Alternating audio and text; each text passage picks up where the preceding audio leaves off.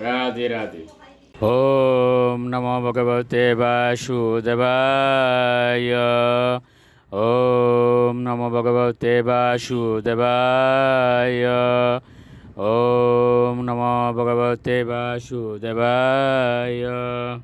শ্রীমদ্ ভাগবত চতুর্থ স্কন্ধ ভূষণম ষষ্ঠ অধ্যায়। ব্রহ্মা শিবকে প্রসন্ন করলেন। শ্লোক 34। লিঙ্গম চ তাপসাবিষ্টম ভস্মদণ্ড জটাজিনম অঙ্গেন সন্ধ্যাব্ররুচা চন্দ্রলেখাম চ বিব্রতম। অনুবাদ: তিনি একটি মৃগচর্মে উপবিষ্ট ছিলেন এবং সব রকম তপস্যা করছিলেন। তার দেহ ভস্মাচ্ছাদিত ছিল বলে তাকে সন্ধ্যাকালীন মেঘের মতো দেখাচ্ছিল। তিনি তার ললাটে চন্দ্রলেখা প্রতীকী চিহ্ন ধারণ করেছিলেন। শ্লোক 37। উপবিষ্টম ধর্মময়াম বিষাম ব্রহ্ম সনাতনম নারদায় প্রভুচন্তম পৃচ্ছতে শৃণতাম শতাম।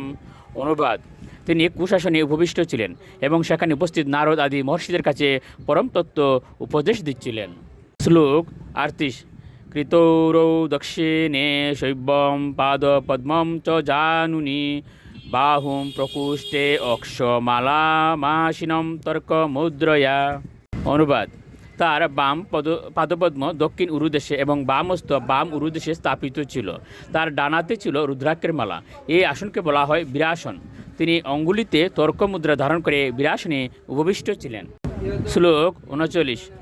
তম ব্রহ্ম নির্বাণ সমাধিমাশ্রিতম ভূপাশ্রিতম গিরিশম যুগ কক্ষাম সলোকপালা মুনয় মনুনা মাধ্যম মনুম প্রাঞ্জলয় প্রণেমু। অনুবাদ: সমস্ত মুনি এবং ইন্দ্রাদি দেবতারা কৃতাঞ্জলি ফুটে শিবকে সশ্রদ্ধ প্রণতি নিবেদন করেছিলেন।